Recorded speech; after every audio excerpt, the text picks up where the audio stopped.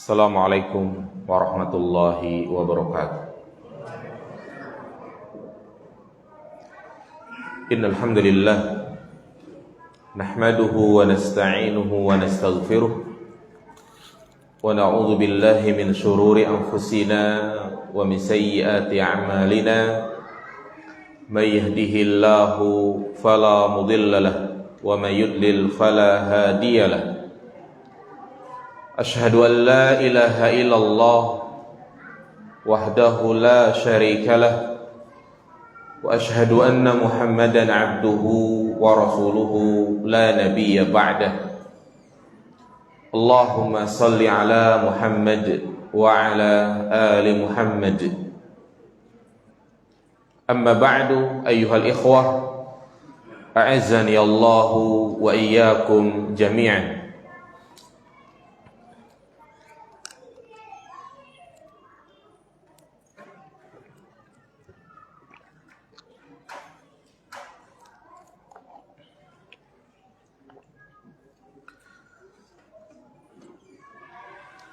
Ayyuhal ikhwah rahimani wa rahimakumullah, jamaah salat maghrib Masjid Nurul Hidayah yang dirahmati Allah Subhanahu wa taala.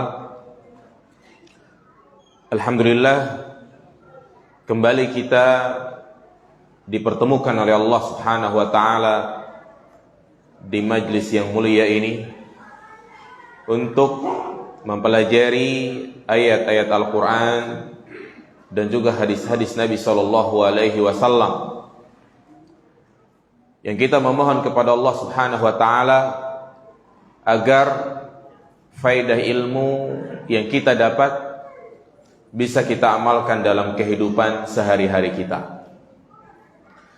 Seperti biasa, di majlis ini, tepatnya Sabtu ketiga ba'da maghrib, kita membahas kitab tentang hak-hak di dalam Islam. Apa saja yang menjadi kewajiban kita sebagai seorang muslim? Apa saja konsekuensi dari Islam itu sendiri? Hak yang pertama sudah kita bahas, yaitu hak-hak Allah Subhanahu wa taala. Kemudian hak yang kedua apa jemaah? Hak Al-Quran. Maka al-haqqus salis, hak yang ketiga yang menjadi pembahasan kita pada kesempatan yang berbarokah ini, yaitu haqqur Rasul sallallahu alaihi wasallam. Hak-hak Rasul kita Muhammad sallallahu alaihi wasallam. Apa saja hak-hak beliau yang wajib untuk kita tunaikan? Karena kita semua ditakdirkan oleh Allah Subhanahu wa taala menjadi umatnya. Maka kita wajib tahu tentang hak-hak tersebut agar kita bisa melaksanakan. Dan tentunya kita semua berharap agar kita dikumpulkan bersama Rasulullah sallallahu alaihi wasallam. Dan tentunya harapan ini bukan hanya sekedar niatan di dalam hati, tetapi ada konsekuensi-konsekuensi yang harus kita kerjakan. Jamaah dirahmati Allah Subhanahu wa taala, ketahuilah bahwasanya Rasul kita Muhammad sallallahu alaihi wasallam memiliki jasa yang sangat luar biasa.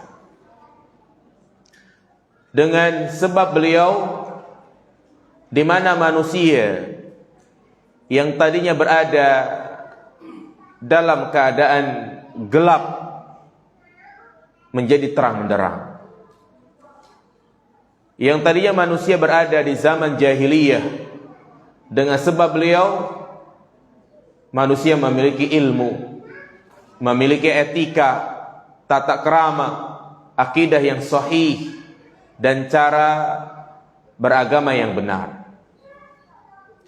Allah Subhanahu wa taala menjelaskan di dalam Al-Quran, yaitu surat Al-Jumu'ah ayat 2, huwallazi ba'atsa fil ummiyina rasulan minhum yatlu 'alaihim ayatihi wa yuzakkihim wa yu'allimuhumul kitaba wal hikmah wa in kanu min qablu lafi dhalalin mubin. Dialah Allah yang mengutus seorang rasul, yakni Muhammad sallallahu alaihi wasallam, fil ummiyin, pada kaum yang tidak bisa membaca dan menulis, yang mana beliau membacakan ayat-ayat Al-Quran kepada mereka, wa yuzakkihim, dan mensucikan mereka, yang tadinya umat manusia dalam keadaan kotor, dalam keadaan najis, kesyirikan, kekufuran. Wa yu'allimuhumul kitab wal hikmah, dan dialah yang mengajarkan kepada mereka Alkitab wal hikmah. Wa in kanu min qablu lafi dhalalin mubin, meskipun mereka pada sebelumnya berada dalam kesesatan yang nyata.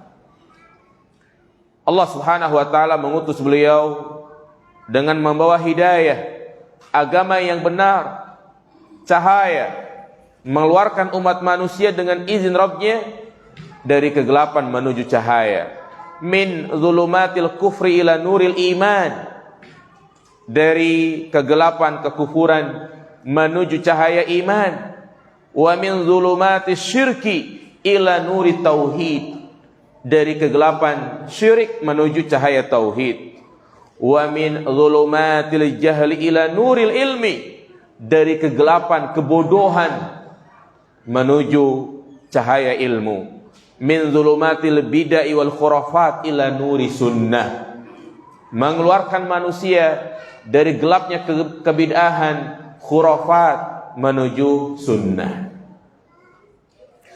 Makanya dengan diutusnya Nabi kita Muhammad sallallahu alaihi wasallam merupakan minnah, anugerah, karunia Allah yang begitu besar.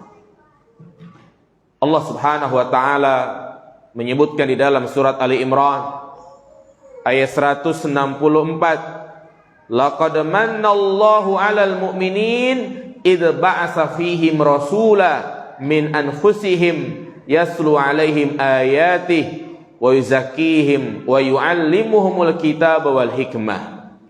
Sungguh Allah Subhanahu wa taala memberikan anugerah, karunia, kenikmatan yang amat besar dengan diutusnya seorang rasul di tengah-tengah mereka, min anfusihim, bahkan dari golongan mereka, yakni dari golongan manusia, membacakan kepada mereka ayat-ayat Al-Quran, membersihkan mereka dan mengajarkan Al-Quran. Subhanallah jamaah sekalian. Makanya Rasul kita Muhammad sallallahu alaihi wasallam diberikan kedudukan yang sangat istimewa. Banyak kekhususan beliau yang tidak ada pada nabi-nabi yang lain. Di antaranya para ulama menyebutkan Allah Subhanahu wa taala memberikan kekhususan kepada Nabi kita Muhammad sallallahu alaihi wasallam di dunia dan juga di akhirat.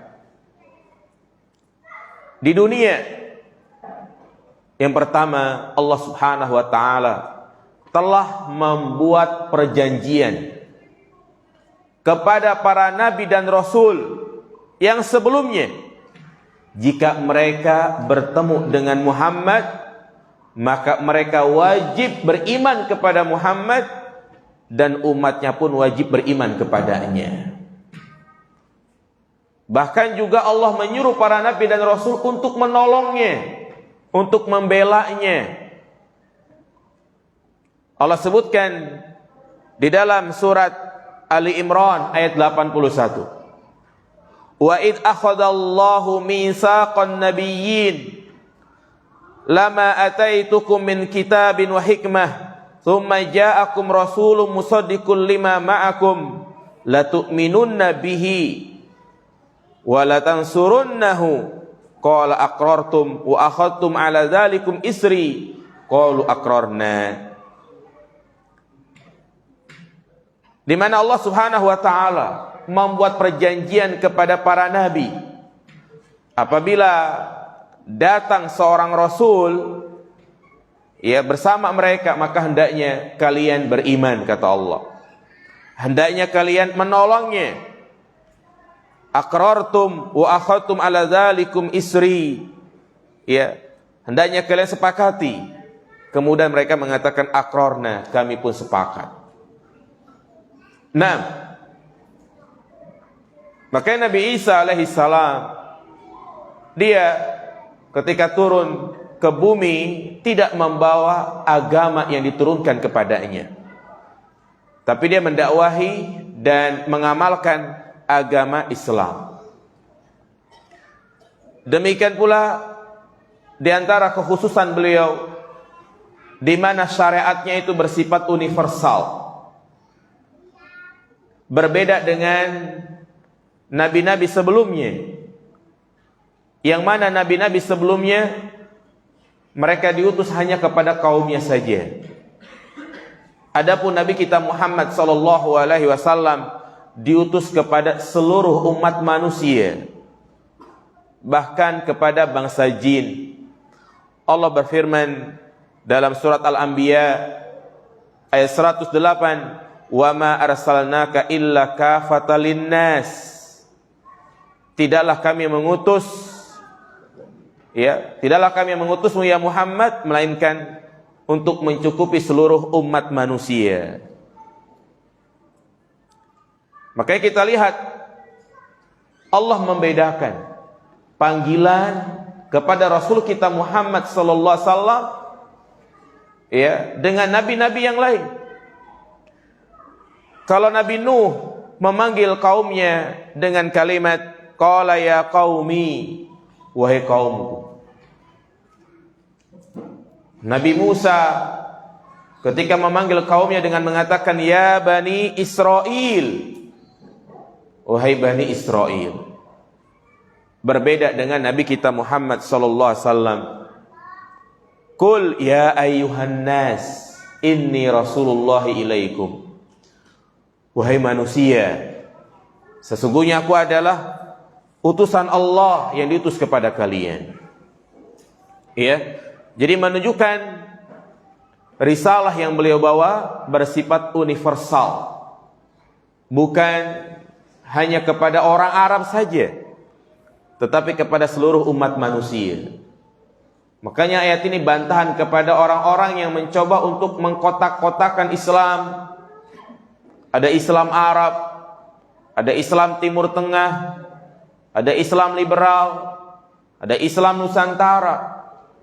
Maka yang benar tidak ada Islam.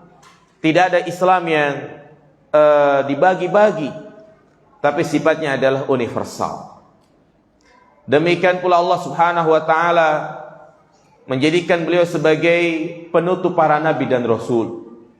Tidak ada rasul setelahnya dan tidak ada nabi setelahnya. Dan yang namanya penutup, maka itu sebagai penyempurna. Sebagaimana Rasulullah mengatakan sendiri, "Masali wa masalul anbiya min qabli kamasali rajulin bana bunyanan fa ahsanahu wa ajmalahu illa maudhi'a labinah min zawiyah."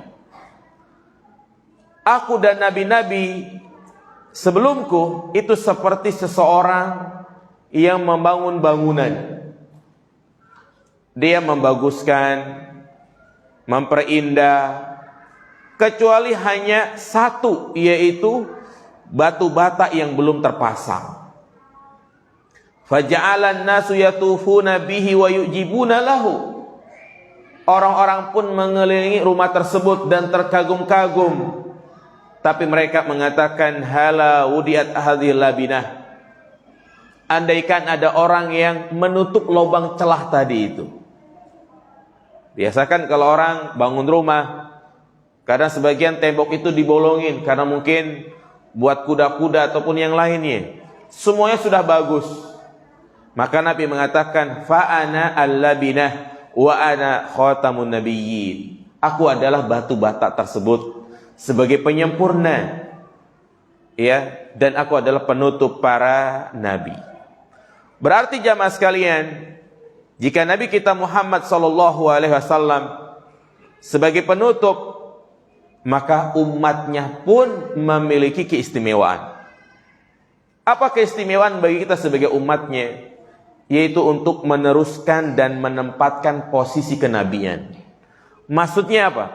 Tugas-tugas yang dibawa oleh Nabi kita Muhammad sallallahu alaihi wasallam, maka kitalah yang meneruskannya. Di antaranya adalah ad-dakwah. Dakwah jamaah sekalian, ia menjadi kewajiban kita. Kenapa? Karena Rasulullah sallallahu alaihi wasallam mengatakan, "Kullama halaka nabiyyun fa khalafa nabiyyun." Dulu setiap nabi meninggal, maka akan ada nabi berikutnya. Meninggal, ada lagi penggantinya. Dialah yang mengatur urusan negara, dialah yang berdakwah dan yang lainnya. Nah sekarang kenabian sudah terputus, risalah sudah terhenti, maka yang bertugas berdakwah adalah kita sebagai umatnya. Makanya Allah Subhanahu wa taala memuji orang-orang yang mengajak kepada kebaikan. Wa man ahsanu minallahi siapakah di antara orang yang paling bagus ucapannya daripada orang yang menggunakan ucapannya untuk berdakwah, mengajak manusia kepada jalan Allah Subhanahu wa taala. Demikian pula Rasul kita Muhammad sallallahu alaihi wasallam memiliki kedudukan yang sangat istimewa di akhirat. Allah memberikan syafaat khusus kepadanya yang disebut dengan syafaatul uzma. Dengan syafaat beliau, ya, yang tadinya manusia menunggu dalam keadaan gelisah di bawah teriknya panas matahari, yang mereka dikumpulkan dalam keadaan sangat mengenaskan, maka Rasul kita Muhammad sallallahu alaihi wasallam mendatangi Allah. Beliau sujud, tersungkur, meminta kepada Allah, hingga akhirnya Allah pun memberikan hak syafaat kepadanya untuk disegerakan hisab. Syafaat inilah yang disebut dengan syafaatul uzma. Dan juga Allah jadikan dia sebagai pemimpin manusia. Pemimpin manusia pada hari kiamat. Dari sekian banyaknya jumlah manusia, dari Nabi Adam sampai manusia yang mati terakhir menjelang hari kiamat, semuanya di bawah bendera Rasulullah sallallahu alaihi wasallam. Hatta para nabi dan rasul, beliau mengatakan, "Ana sayyidu waladi Adam yaumal qiyamah wala fakhr." Aku adalah pemimpin manusia pada hari kiamat, bukan menyombongkan diri. Wa biyadi liwaul hamdi, dan di tangankulah ada panji alhamdu. Jadi bendera namanya alhamdu, yaitu panji pujian. Wala fakhr, dan bukan karena sombong. Wa ma min nabiyyin yauma idzin adam faman siwahu illa tahta liwa'i. Dan tidak ada seorang nabi pun melainkan semuanya berada di bawah benderaku, termasuk juga Nabi Adam. Wa ana awwalu man tanshaqqu anhul ard wala fakhr, dan aku adalah orang yang pertama kali dibangkitkan pada hari kiamat. Bukan hanya itu jamaah sekalian, beliau juga adalah orang yang pertama masuk dalam surga. Bahkan beliaulah yang membuka pintu surga yang sebelumnya tidak ada yang membukanya. Subhanallah. Dan masih banyak keutamaan-keutamaan dan keistimewaan beliau. Maka apa yang menjadi kewajiban kita sebagai umatnya jamaah sekalian? Jika memang beliau adalah manusia yang paling mulia, begitu banyak jasa beliau kepada kita, hingga kita seperti ini memiliki akidah yang sahih, ya, berada di atas petunjuk, melainkan disebabkan karena diutusnya Nabi kita Muhammad sallallahu alaihi wasallam.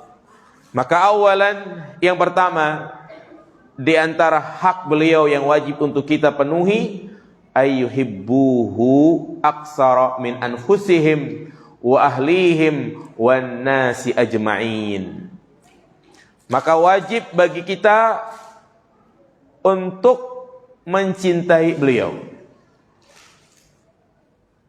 Iya, hendaknya kita mencintai beliau di atas segala-galanya kecuali kepada Allah Subhanahu wa taala. Seseorang hendaknya lebih cinta kepada Nabi daripada cintanya kepada dirinya sendiri. Ya, daripada orang tuanya, daripada anaknya. Ini hak yang pertama. Bahkan Nabi SAW menjadikan cinta kepadanya sebagai tanda-tanda keimanan. Apa kata beliau? La yu'minu ahadukum hatta akuna ahabba ilaihi min walidihi wa waladihi wan nasi ajma'in. Tidak beriman salah seorang di antara kalian sampai dia menjadikan aku sebagai orang yang paling dia cintai daripada orang tuanya, anaknya, dan seluruh manusia. Kenapa jamaah sekalian? Karena tadi kita sebutkan jasa beliau yang sangat luar biasa. Sebagaimana kita mencintai orang-orang yang berbuat baik kepada kita. Bagaimana kita disuruh untuk mencintai orang tua kita. Karena mereka memiliki jasa yang sangat luar biasa. Dan orang tua kita, jasanya mungkin hanya kebaikan-kebaikan dunia saja. Tetapi Rasul kita Muhammad SAW, beliau memberikan jalan, memberikan arahan, memberikan petunjuk agar kita berada di atas kebenaran, agar kita mendapatkan kebahagiaan baik di dunia maupun di akhirat. Makanya kita disuruh untuk mencintai beliau di atas segala-galanya. Sampai Umar bin Khattab radhiyallahu ta'ala mengatakan, ya Rasulullah, la anta ahabu ilayya min kulli syai' illa min nafsi. Wahai Rasulullah, sungguh engkau adalah orang yang paling aku cintai dari segala sesuatu kecuali diriku. Artinya Umar lebih cinta kepada dirinya daripada Nabi SAW. Maka Rasulullah mengatakan, la walladzi nafsi biyadi hatta akuna ahabba ilaika min nafsik. Demi jiwaku berada di tangannya, belum dikatakan beriman sampai engkau menjadikan aku sebagai orang yang paling kau cintai daripada dirimu sendiri. Maka Umar pun mengatakan, fa innahul an wallahi la anta ahabu ilayya min nafsi. Kalau begitu, sekarang aku lebih cinta kepadamu daripada diriku sendiri. Subhanallah. Jadi inilah keimanan yang sempurna. Nah, lihatlah bagaimana kecintaan para sahabat jemaah sekalian, yang sangat-sangat luar biasa. Dan mereka betul-betul mengamalkan hadis-hadis Nabi SAW. Mereka lebih cinta kepada Nabi daripada dirinya. Bahkan mereka membela Rasulullah SAW, mengorbankan jiwa raganya, mengorbankan hartanya, mengorbankan nyawanya. Siapa yang tidak kenal dengan sahabat yang mulia Thalhah bin Ubaidillah, yang namanya selalu harum? Dialah pemilik perang Uhud. Ketika para sahabat bercerita tentang peperangan yang mereka alami, perang Badar, perang Uhud, mereka selalu bercerita.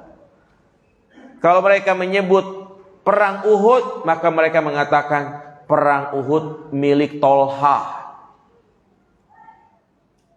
Kenapa demikian jemaah sekalian?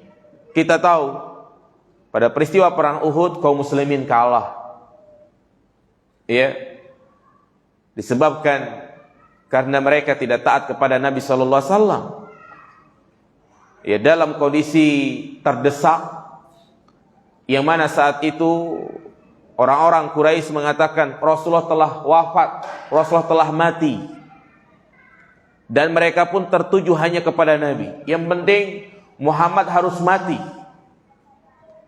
Maka dalam kondisi genting, ya, Nabi SAW mengatakan kepada para sahabatnya yang saat itu tinggal beberapa orang. Nabi mengatakan, siapa yang mau maju, dia akan bersamaku di surga. Maka Thalha bin Ubaidillah mengatakan, aku ya Rasulullah. Kata Rasulullah, jangan dulu, yang lain aja. Ya, maju satu orang, mati, gugur.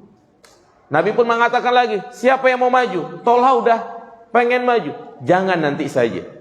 Sampai beberapa sahabat sudah meninggal, tinggal Thalha sendirian.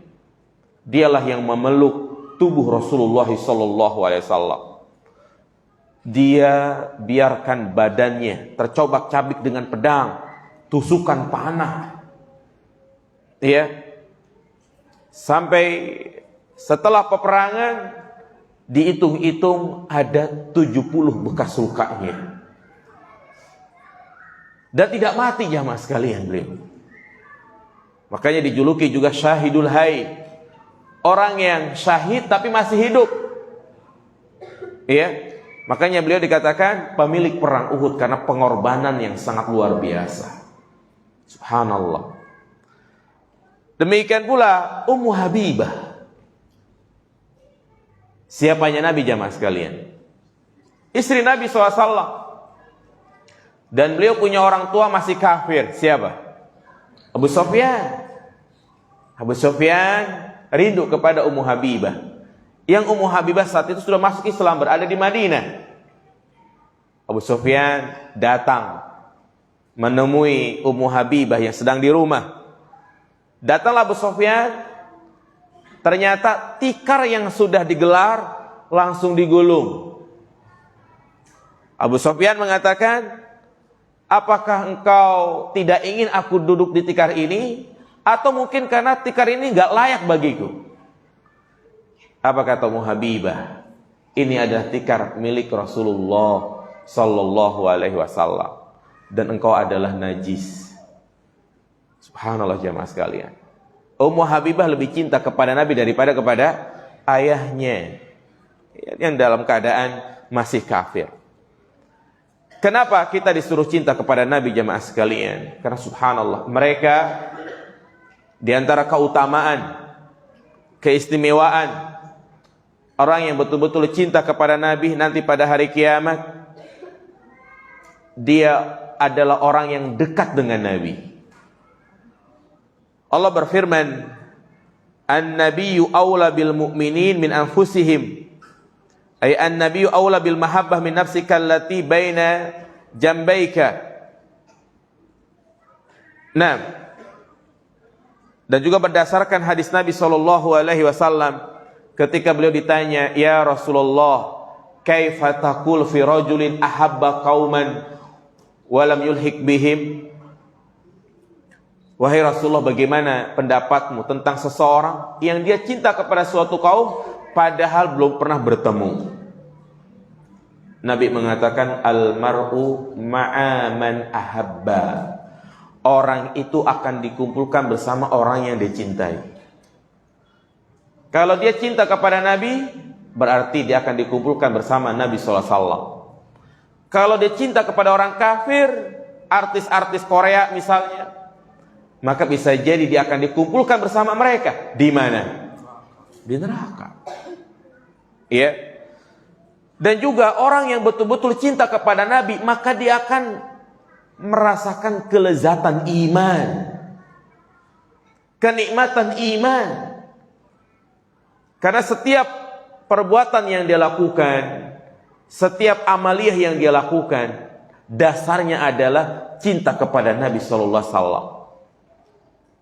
Ya, berbeda orang yang motivasi ibadahnya karena cinta kepada dunia, senang pujian orang lain, maka dia tidak akan memiliki semangat ketika tidak ada orang yang melihatnya. Tapi kalau motivasinya cinta kepada Nabi, pengen dikumpulin bersama Nabi, maka dimanapun dia berada, dia akan istiqomah. Tidak ada bedanya dia ibadah di tempat keramaian maupun di tempat tidak ada orang. Apa kata Rasulullah sallallahu alaihi wasallam? Salasun man kunna fihi wajada bihinna halawatal iman. Ada 3 perkara yang apabila ada pada diri seseorang maka dia akan mendapatkan manisnya iman. Ayyakunallahu wa rasuluhu ahabba ilaihi mimma siwahuma. Yaitu dia menjadikan Allah dan Rasulnya sebagai orang yang paling dia cintai dari selainnya.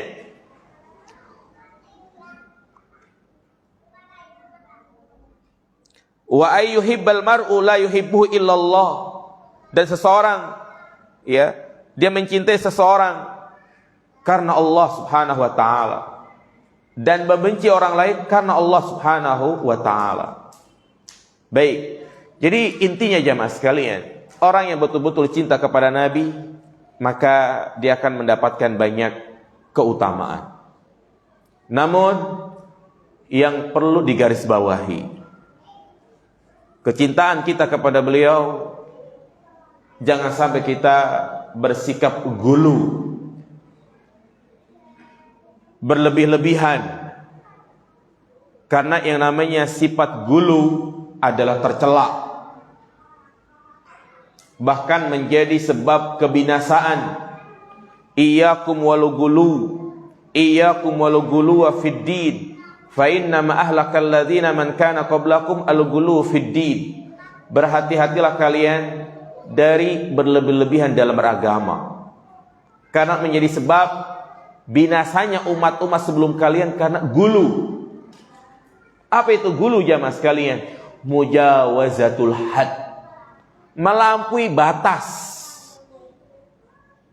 Ya, makanya Allah celak orang-orang Nasrani, orang-orang Yahudi, karena mereka bersikap gulu kepada Nabi Isa. Orang-orang Nasrani, mereka menganggap Isa adalah anak Tuhan, menganggap Isa adalah bagian dari Tuhan, menganggap Isa adalah yang ketiga dari 3 bagian, ya, dari ketuhanan. Ini adalah kekufuran jamaah sekalian, gulu. Demikian pula orang Yahudi gulu dalam mencela. Dia menganggap Isa adalah anak zina dan Maryam adalah pezina. Ya. Nah, demikian pula kecintaan kita kepada Nabi kita Muhammad sallallahu alaihi wasallam. Hendaknya kita mendudukkan sesuai dengan apa yang Allah dudukkan.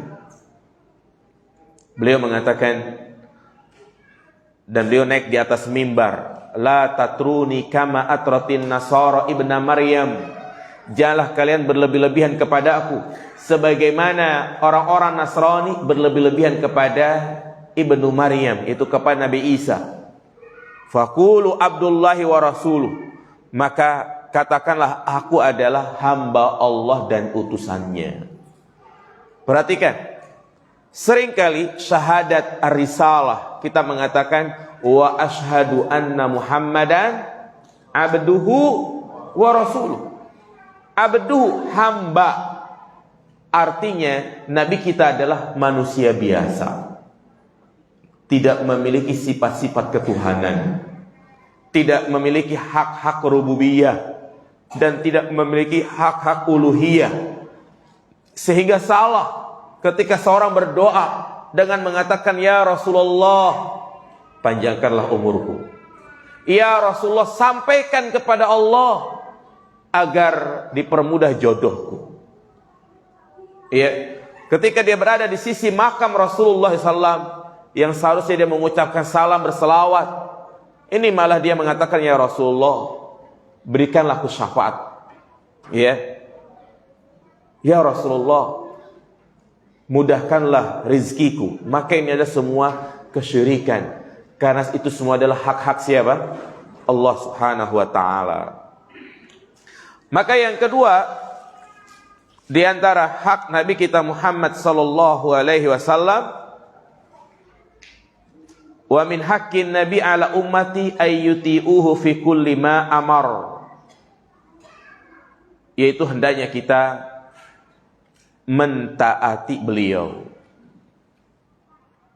melaksanakan segala perintahnya dan menjauhi larangannya.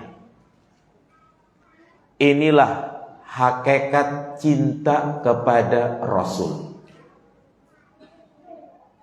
Setelah kita mencintai, dan yang namanya cinta itu kan di dalam hati. Dan setiap cinta perlu adanya pembuktian. Ya. Seorang suami cinta kepada istrinya, apa buktinya? Jadi perlu adanya apa? Pembuktian. Nah, demikian pula kalau kita ngaku cinta kepada Nabi, maka harus membuktikan dengan cara apa? Mentaati segala perintahnya dan menjauhi larangannya. Apa kata Allah Subhanahu wa taala? Qul in kuntum tuhibbunallah fattabi'uni. Ya, jika kalian cinta, ya, qul in kuntum tuhibbunallah, jika kalian cinta kepada Allah, maka ikutilah aku. Inilah yang disebut dengan ayatul mihnah, ayat ujian. Artinya orang yang ngaku cinta kepada Nabi diuji. Harus apa? Harus betul-betul mentaatinya.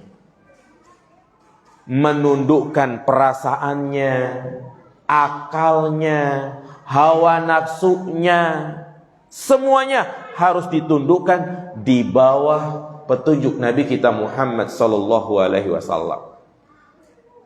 Inilah yang Allah perintahkan di dalam Al-Quran. Surat Al-Anfal ayat 20. Ya ayyuhalladzina amanu atiullaha wa rasulah. Wahai orang-orang yang beriman, taatilah Allah dan Rasulnya. Dalam surat An-Nisa juga ayat 59. Ya ayyuhalladzina amanu atiullaha wa atiur rasul wa ulil amri minkum. Wahai orang-orang yang beriman, taatilah Allah, taatilah Rasul dan pemimpin di antara kalian. Inilah hakikat cinta kepada Nabi jamaah sekalian. Ya. Maka merupakan pengakuan yang palsu kalau dia ngaku cinta kepada Nabi tapi tidak mentaati beliau. Bahkan membenci orang-orang yang berusaha secara totalitas menjalankan sunnah Nabi Shallallahu Alaihi Wasallam. Ya, dia bantah sunnah Nabi dengan akalnya. Dia bantah larangan Nabi dengan hawa nafsunya. Ketika perintah itu ataupun larangan itu tidak sesuai dengan akalnya, maka dia tolak. Jelas-jelas Nabi mengatakan, ma asfala minal ka'baini fa finnar. Pakaian yang menjulurkan yang di bawah mata kaki, maka tempatnya di mana? Di neraka. Bahkan bukan hanya di satu tempat, Nabi banyak menyampaikan, ya, isbal itu tempatnya di neraka. Dia malah mengatakan, masuk akal enggak sih orang yang isbal doang masuk neraka? Seperti ini contoh di mana seseorang lebih mengedepankan akalnya. Makanya ya Allah Subhanahu wa taala menyuruh kita untuk totalitas dalam beragama. Udkhulu fisilmi kafah. Masuk Islamnya dengan sempurna, totalitas. Karena memang kadang banyak perkara-perkara agama yang enggak masuk akal. Menunjukkan bahwasanya agama itu bukan dibangun di atas akal. Ya. Orang kentut berwudu lagi. Seharusnya yang diusap apa? Pantatnya gitu kan, yang keluar angin. Tapi kita malah membasuh wajah. Palsu cinta kepada Nabi, tapi benci kepada orang yang memelihara jenggot. Benci kepada orang yang cadaran. Benci kepada orang yang berdakwah tauhid. Benci kepada orang yang mengingkari kebid'ahan. Ya, justru itu adalah pesan-pesan Nabi Shallallahu Alaihi Wasallam. Orang-orang yang fobia ketika mendengar kalimat bid'ah, ketika ada ustadz misalnya khutbah hajahnya innal hamdalillah, langsung dibilang Wahabi misalnya, ya. Atau dia memberikan komentar, dakwah kok bidah mulu sih. Dia sama saja nggak suka dengan Nabi SAW. Sama saja dia benci kepada Nabi SAW. Karena orang yang paling banyak nyebutin kalimat bid'ah siapa? Rasul.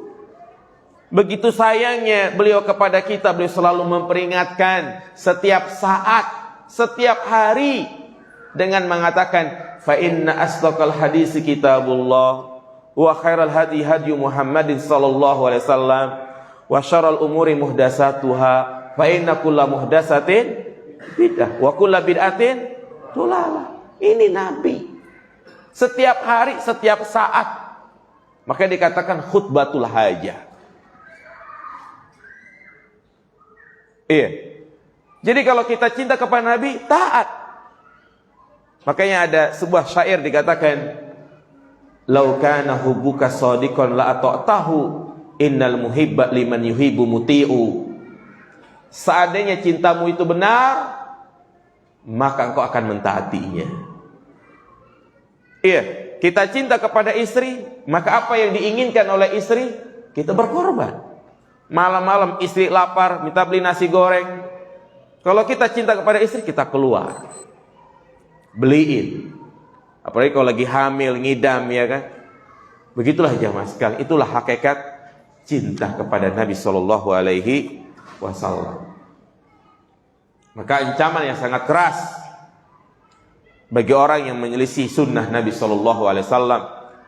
Allah mengatakan, "Falyahdharil ladzina yukhalifuna an amrihi an tusibahum fitnah aw yusibahum adzabun alim." Dalam surat An-Nur ayat 63, maka waspadalah orang-orang yang menyelisih perintah Nabi SAW, bisa jadi mereka ditimpa fitnah dan ditimpa azab yang pedih. Apalagi yang benci kepada sunnah Nabi, apalagi yang lebih mengedepankan akalnya. Allah azab di dunia dan di akhirat. Pernah saya sampaikan di majelis ini bagaimana nasib orang-orang yang menyelisih sunnah Nabi Shallallahu Alaihi Wasallam. Diriwayatkan dalam Sahih Muslim, ada seorang sahabat bernama Aqwa, Salamah bin Aqwa, dia menceritakan ada seorang yang sedang makan di sisi Nabi. Makan pakai tangan kiri. Nabi bilang, kul biyaminik, makanlah dengan tangan kananmu. Orang ini ngeyel, sombong. Ana mastatatu, aku nggak bisa makan dengan tangan kanan. Sombong. Apa kata Nabi? Mastata'ta abada, engkau tidak akan mampu mengangkat tanganmu selama-lamanya. Seketika itu juga tangannya pun nggak bisa gerak, kena stroke. Ya, itulah ancaman di mana? Di dunia. Udah azan. Nah, jadi demikian pula. Kita lanjutkan nanti. Baik. Itu baru berapa tadi? 2 ya.